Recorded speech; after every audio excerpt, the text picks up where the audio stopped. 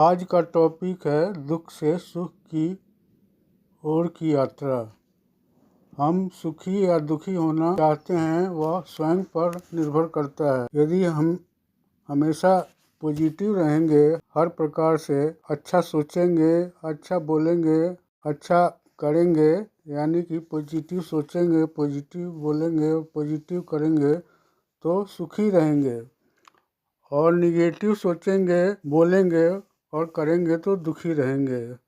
हमेशा यह पूर्णतः सत्य है। तो प्रश्न यह उठता है कि हम पॉजिटिव कैसे रहें।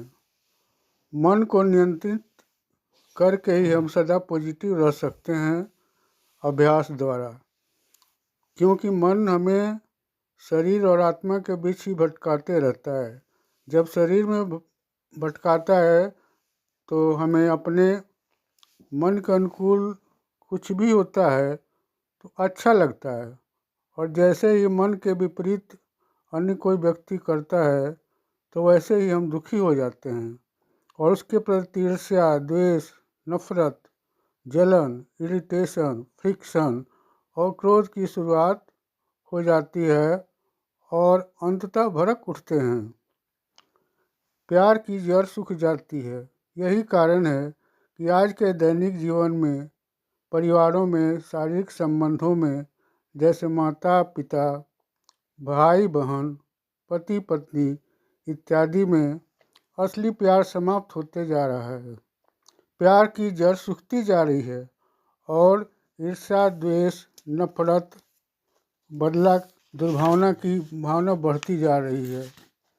दूसरा, हमें दूसरे शब्दों में दूसरे से चाह, एक्सपेक्टेशन रखना दुखी होने का मुख्य कारण है। कृपया ध्यान दें कि हम अपने आप से प्रश्न करें कि अपने मन से जो एक्सपेक्ट करते हैं वो हमेशा क्या पूरा कर पाते हैं। तो उत्तर आता है नहीं। सदा प्रसन्न रहना चाहते हैं, दुखी होना नहीं चाहते, क्रोध करना नहीं चाहते हैं, फिर भी हम हो जाते हैं अपने अंदर के दुर्गुणों के कारण। तो दूसरा हमारी एक्सपेक्टेशन, चाहत को कैसे पूरा कर सकता है। कहा भी गया है कि चाह अनंत है, इच्छा अनंत है। Expectation is root cause of frustration and sorrow. दूसरा कारण है कंट्रोल करना। हम स्वयं मन के कंट्रोल में नहीं रहते और दूसरे के मन को कंट्रोल करना चाहते हैं, जो असंभव है। तीसरा कारण है दूसरे से सुख की प्राप्ति। हमेशा हमें दूसरा सुखी नहीं कर सकता, सुख नहीं पहुंचा सकता। सुख पहुंचाना चाहे तो भी उसके अनेक कारण हो सकते हैं, जैसे स्वयं की सीमाएं, स्वयं की परिस्थिति, स्वयं की हालात इत्यादि।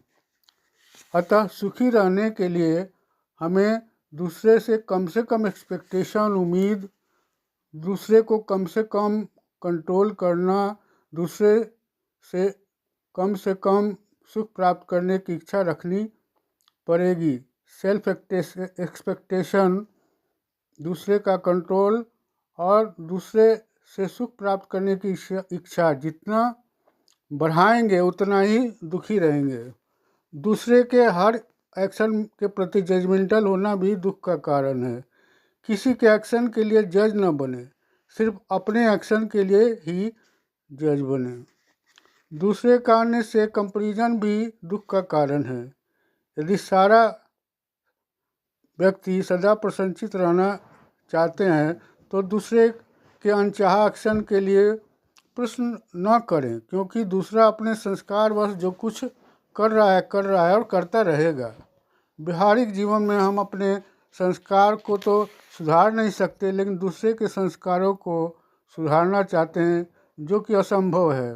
अतः अपने संस्कार सुधार पर ही इच्छा करनी चाहिए और सुधार की कोशिश करनी चाहिए और सुधारना चाहिए, क्योंकि दूसरा अपने संस्कार वर्ष जो कर रहा है इसके लिए वह मजबूर है। कंपल्सिव रूप से दूसरे द्वारा हो रहा है। दूसरे को दुखी करने के इरादा से, दुख पहुंचाने के इरादा से सामने वाला नहीं कर रहा है।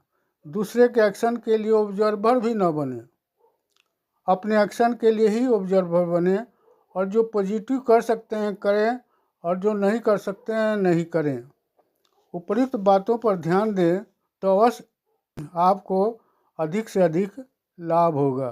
यह वीडियो अच्छा लगता है तो आपसे नम्र निवेदन है कि लाइक करें और सब्सक्राइब ज़रूर करें, और दूसरे को फॉरवर्ड ज़रूर करें ताकि इससे दूसरे लाभान्वित हो सकें। धन्यवाद।